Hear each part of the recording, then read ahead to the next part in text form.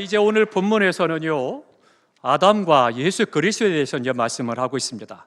그 역사의 초점은 이 두 분입니다. 아담과 예수 그리스도를 말씀을 하고 있고, 또 인류의 대표자 되시는 분이 바로 아담이요, 또 예수 그리스도이시다, 그것을 볼 수가 있습니다. 그래서 오늘 본문에서는 어떻게 우리 인류에게 죄가 들어왔고 사망이 들어왔느냐, 그리고 그것을 어떻게 반전시켰느냐, 이 부분을 오늘 본문은 기록을 하고 있습니다. 그러니까 본문은 크게 아담과 예수 그리스도를 대조해서 그렇게 해서 우리에게 말씀을 해주고 있습니다. 특별히 이제 오늘 본문에서는 아담으로 인해서 죄와 사망이 세상에 들어왔다, 이 부분을 말씀을 하고 있습니다. 창세기 2장 17절에 보니까 선악을 알게 하는 나무는 그 실과는 먹지 마라, 내가 먹는 날에는 정령 죽으리라, 그렇게 말씀하시죠. 그런데 하나님의 말씀에 불순종해서 그 선악을 알게 하는 나무를, 열매를 먹죠. 그래서는 결국은 말씀하신 대로 죽음이 인류에게 찾아오게 됐습니다. 에스겔 18장 20절에 보니까 말씀합니다. 의인의 의도 자기에게로 돌아오고 또 악인의 악도 자기에게 돌아가리라, 그렇게 말씀합니다. 그러니까 아담이 범죄하고 타락함을 인해서 죽었다는 거예요. 죽음이 왔어요. 그래서 그 죽음이라고 하는 것도 계속해서 찾아왔다, 그것을 말씀해 줍니다.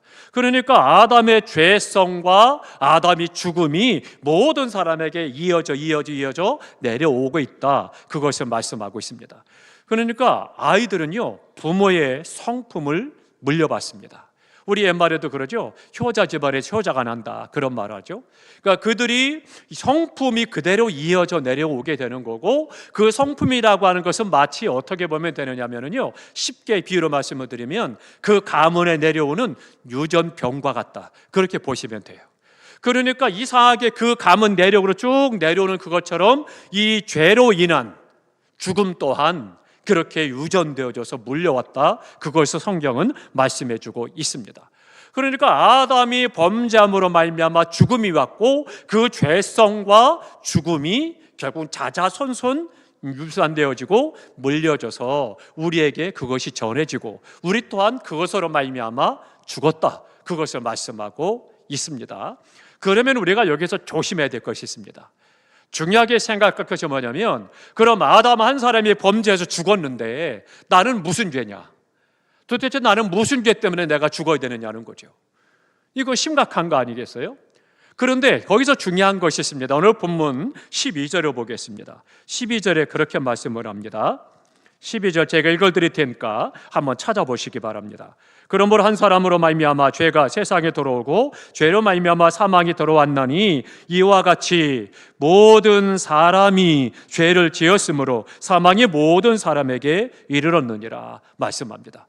그러면 아담이 범죄함으로 말미암아 죄가 생기고 그리고 죽음이 찾아왔는데, 그것이 유전되어져서 우리 모두가 다 죄 가운데 태어나서 죄로 말미암아 죽는데, 아담은 분명하게 그 죄가 있으니까 그렇다 치고 나는 그러면 죽을 만큼 죄를 졌느냐, 그거예요. 그건 오늘 본문의 12절에 이렇게 말씀합니다. 후반절에 보니까 이같이 말합니다. 다 함께 하십니다. 이와 같이 모든 사람이 죄를 지었으므로 사망이 모든 사람에게 이르렀느니라. 아멘. 모든 사람이 죄를 지었다는 거예요. 아담의 죄 때문에, 아버지의 죄 때문에 아들이 죽는 것이 아니고 모든 사람이 죄를 인해서 죽는다는 거예요. 그러니까 우리 또한 아담의 죄로 말미암아 이 죄가 유전되어지고, 그 죄로 말미암아 우리가 죄 가운데 있는 거고, 그 죄로 죽는 거예요. 그러니까 그것도 뭐예요? 아담의 죄는 죄 때문에 그렇고 나도 죄 때문에 죽는다, 그것을 말씀해주고 있는 거예요. 그러니까 모든 인류가 다 그 죄 때문에 죽는 겁니다. 그 죄는 아담의 죄 때문이 아니라 나의 죄 때문에 모든 사람이 죄를 지었으므로 그렇게 말씀을 하고 있는 거죠. 그 모든 사람 안에 내가 들어가는 거예요. 그러니까 내가 아담 때문에 내가 억울하게 죽는다, 그것이 아니고 나의 죄 때문에 죽는다는 거예요. 그러면 더 깊이 이제 말씀을 들어가 보면, 아담의 죄 때문에 결국은 내가 죽는데 그것이 결국은 나의 죄 때문이다, 그것을 성경은 가르쳐서 말씀하고 있습니다. 모든 사람은 다 개인적으로 하나님 앞에 이 죄에 대한 책임이 있는 거예요. 그래서는 우리가 다 그 아래에서 죽음을 경험하게 되는 겁니다. 로마서 3장 23절에 말씀합니다. 모든 사람이 죄를 범하였음에 모두가 다 죄를 범했다는 거예요. 만일 내가 나는 아니에요 라고 한다면 그것은 하나님을 거짓말장으로 만드는 것이고 하나님의 말씀을 반대로 이야기하는 거죠. 뿐만 아니라 죄의 삭선 사망이요 그랬습니다. 그럼 모든 사람이 죄를 범했고 의인이 없었고 그 모든 사람이 죄로 말미암아 죽는다는 거예요. 죄의 삭선 사망이니까 반드시 죽는다는 겁니다. 인류 역사상 안 죽은 사람 누가 있습니까? 다 죽었어요. 아담도 죽었어요. 그 또한 하나님의 창조물이었고 첫 번째 아담이었지만 여전히 그도 죄 때문에 죽었고 위에 모든 인류가 다 죄 때문에 죽었다. 그것을 말씀해 주고 있는 거죠. 심지어는요, 다 치우쳐서 선을 행하는 자도 없다고 그랬고 그 죄악이 바람처럼 우리를 몰아가나이다. 그렇게 성경은 말씀해요. 그러니까 죄가 결국은 우리가 그 죄로 말미암아 죽는다. 그것을 말씀해 주고 있는 거예요. 어느 누구도 여기서 자유로울 수 없습니다. 성경은 우리에게 모든 사람이 다 죄인이요 그것을 말씀합니다. 우리가 부정해도 내가 원튼 원하지 않았던 아담의 죄가 우리에게 유전되는 그 죄성으로 말미암아 결국은 죄의 문제가 해결되지 않는 한 죽는다. 그것을 말씀해 주고 있는 거죠. 그래서 13절에 말씀합니다. 13절에 그렇게 말씀합니다. 죄가 율법이 있기 전에 저희도 세상에 있었으나 율법이 없을 때는 죄를 죄로 여기지 아니하였다. 그렇게 말씀합니다. 우리가 아담의 성품을 물려받았다는 증거가 바로 이겁니다. 아담의 성품을 물려받았다는 증거는 바로 율법이 있기 전부터 죄가 있고 사망이 있었다는 거예요.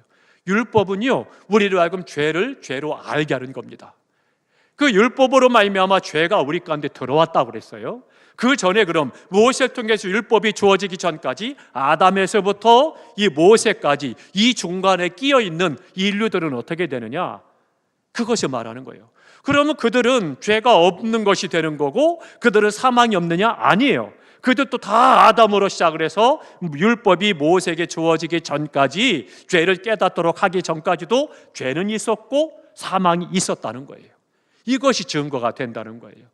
그러니까 우리 모든 인류가 다 아들이 아버지의 성품을 물려받듯이 그런 것들을 물려받아서 결국은 율법은 우리 인간의 죄를 고발하고 그런데 그 율법이 기록되기 전에도 이미 인간은 죄를 짓고 그 죄로 말미암아 죽었다. 그것을 말씀해 주고 있습니다. 그러니까 우리가 바로 인간의 성품이라는 거예요. 죄악되고 타락한 성품, 이것을 우리가 물려받았는데 누구로부터요? 아담으로부터 물려받았다는 겁니다. 그러니까 그것이 아담의 시작이 아담인 거예요. 그럼 아담은 누구예요? 아담 때문에 결국은 그가 그 죄로 말미암아 죽었지만 우리는 왜 우리 죄 때문에 죽느냐? 우리가 그 죄성을 물려받았고 그 죽음을 물려받았다는 거예요. 그래서 우리 또한 죄로 짓게 되고 그 죄로 말미암아 죽는다. 그 시작이 바로 아담이라는 거예요.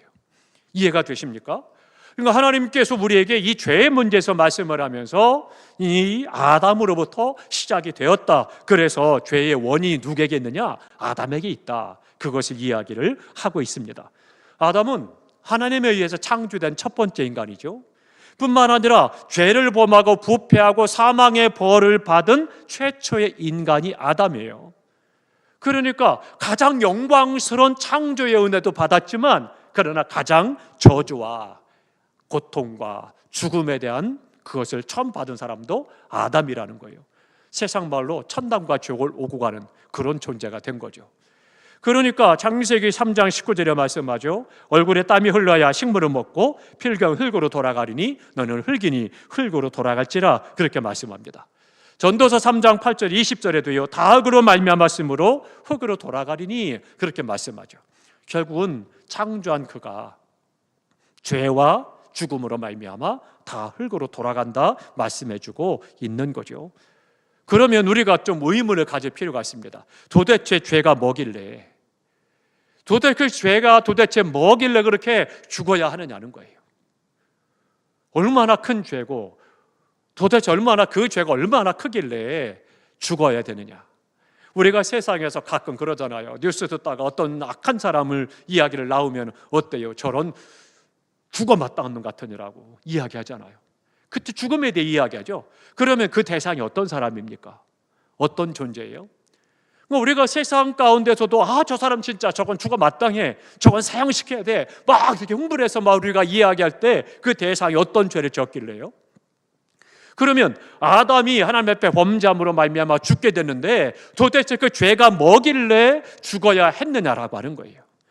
그러면 또 반대로 예수님께서도 하늘 영광 보좌를 버리고 이 땅에 오셔서 우리의 죄와 질거를 지고 십자가 죽어야만 했는데 그 죄로 도대체 그게 뭐길래 주님께서 죽어야 되느냐라고 하는 거예요. 우리가 그것을 깊이 생각한다면 하나님의 사랑을 더 깊이 깨달아 알게 되고 주님의 사랑이 얼마나 크고 놀라운가를 알게 되는 겁니다. 도대체 죄가 뭐길래, 그 죄가 어떻길래 죽음이 돼야 되는 거죠. 이 질문은요, 죄에 대한 무서움, 죄에 대한 심각성을 우리에게 알려주고 있습니다. 그것은 첫 번째로는요, 하나님을 대적하는 것이기 때문입니다. 하나님을 대적하는 것이기 때문에 결정적인 거예요. 하나님께 불순종하는 것, 하나님을 반역하는 것, 하나님께 속한 모든 것들을 거스립니다. 죄가 그런 거예요. 그러니까 하나님에 대해서 반대하고 저항을 하고 거기에 대해서 싸우고 거역하고 투쟁을 하는 그것이 바로 죄라고 하는 거예요. 이 죄는 하나님과 대적하는 거예요. 그러니까 이 죄가 죽어 마땅한 거죠. 전쟁을 하잖아요. 대적하자 전쟁하면 반드시 승자가 있고 패자가 있죠. 패자는 죽는 거예요. 그러니까 죄는 바로 그런 거예요. 그러니까 하나님 앞에 불순종하고 또 결정적인 죄를 그런 범했기 때문에 그가 심판을 받아 마땅한 거예요. 그 심판이 죽음이라고 하는 거예요. 최종적인 심판, 죽음을 받게 되는 거죠. 그래서 그 죄의 문제는 하나님을 대적하는 것이고 불순종하는 것이 그만큼 하나님 앞에 큰 죄가 되는 거니까 결론적으로는 죽어야 된다는 거예요. 그러니 죄가 얼마나 무서운 거예요. 하나님의 사랑이 또한 얼마나 크냐, 그것을 보여주는 것 또한 이 은혜입니다. 죄가 가장 결정적인 그런 마지막 최후의 심판이 그것이 죽음이기 때문에 그러면 그 문제를 해결하는 방법은 생명이 아니면 안 되는 거죠. 그러니까 하나님은 하나님의 사랑을 이것을 통해서 보여주는 거예요. 가장 큰 결정적인 최후의 심판인 죽음에 대해서 사랑으로 이 문제를 해결하신 거죠. 그러니까 하나님의 사랑을 진정으로 알 수 있는 유일한 방법이 바로 이것입니다. 죄를 지어서 죽을 수밖에 없는, 죽었던 우리를 살리시는 하나님의 사랑, 이것이 바로 하나님의 사랑을 우리에게 보여주고 있는 겁니다. 이 일을 위해서 독생자를 보내주셨고요, 주님께서는 그 대가를 치르셨다라고 하는 거예요. 그러니까 하나님 아버지께서도 우리 인간의 죄를 짐으로 말미암아 죽음에 이르는 그 대가를 다 치르기 위해서 친히 아들을 보내주시는 대가를 치르셨고, 주님 또한 죽으시는 대가를 치름으로 그 사랑 때문에 우리를 죄에서 건지시고 사망에서 건지신 거예요. 그것이 얼마나 놀라운 하나님의 은혜요 사랑이냐라고 하는 것을 보여주고 있는 겁니다. 그러니까 세상에서 가장 귀한 것, 그것을 희생하신 것이 하나님의 사랑이요 주님의 사랑입니다. 그러니까 하나님의 피조물로 만들었던 그 피조물들이 죄 가운데 죽음으로 말미암아 심판을 받았지만, 그러나 주님은 우리를 사랑하셨기 때문에 결국 그 사랑 때문에 가장 크시고 귀한 사랑을 베푸셔서 아들을 보내주신 것이고, 그 아들은 우리를 위해 생명을 주셔서 우리를 죄에서 구속하시고 사망에서 건지셨다, 그렇게 말씀해주고 있습니다.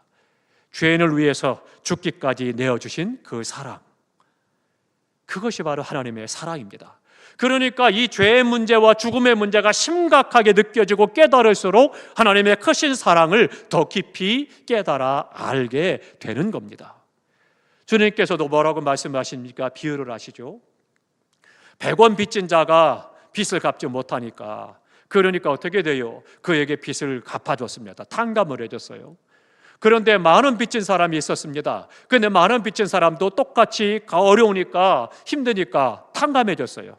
질문하십니다. 그러면 성웅아, 100원 탕감받은 사람하고 10,000원 탕감받은 사람하고 누가 더 감사하겠느냐? 묻습니다. 누구예요? 당연히 10,000원 탕감받은 사람이죠. 더 많은 것, 더 큰 것을 탕감받은 사람이죠. 당연한 거예요. 그러니까 내가 죄의 문제와 죽음의 문제가 심각하게 깨달아지고 내가 얼마나 큰 죄인인가를 알게 됐을 때, 그때 하나님의 사랑과 주님의 십자가의 사랑은 더 크고 더 놀랍고 더 감격스러운 거예요. 그러니까 내가 얼마나 큰 사랑을 받았느냐? 사람에 따라 다른 거죠.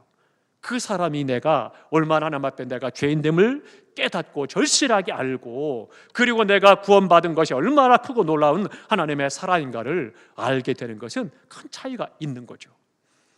사랑하는 성도 여러분, 로마 교회를 향해서 바울은 그것을 말합니다.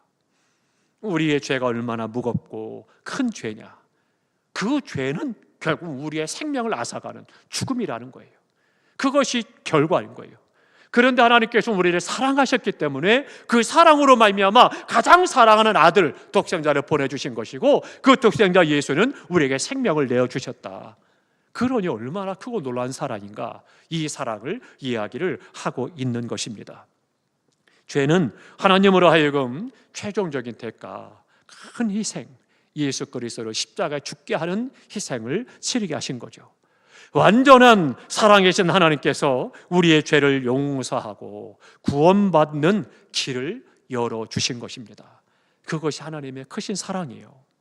그렇다면 우리가 다시 한번 그 하나님의 사랑에 대해서 감사하고 감격하고 주님을 찬송하고 높여야 되고 하나님을 예배하는 거죠.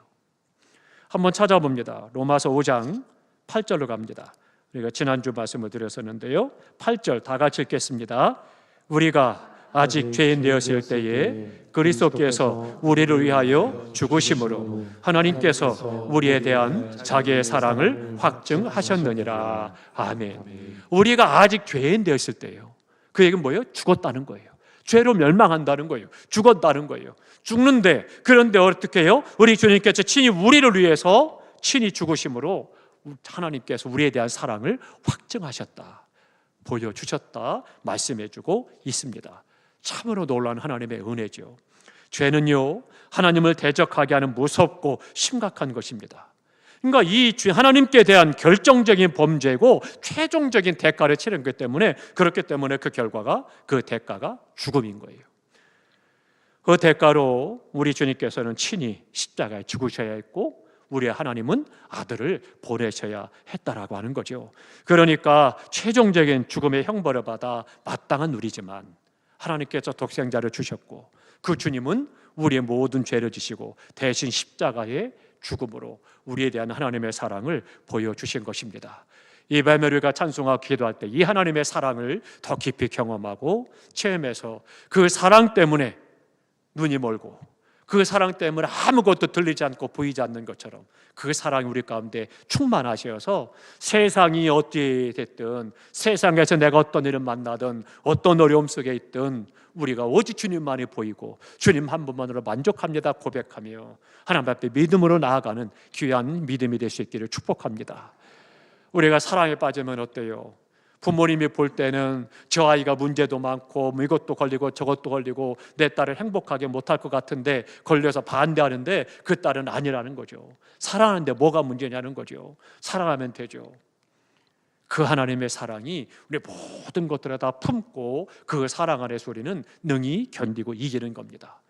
우리 하나님의 사랑이 이 밤에 더욱더 충만하시고, 그 사랑으로 말미암아 하나님 앞에 세상 어떤 것도 보이지 않고 오직 주님만 보이고, 그래서 하나님 앞에 영광을 돌리는 은혜의 삶이 되시기를 주님의 이름으로 축원합니다.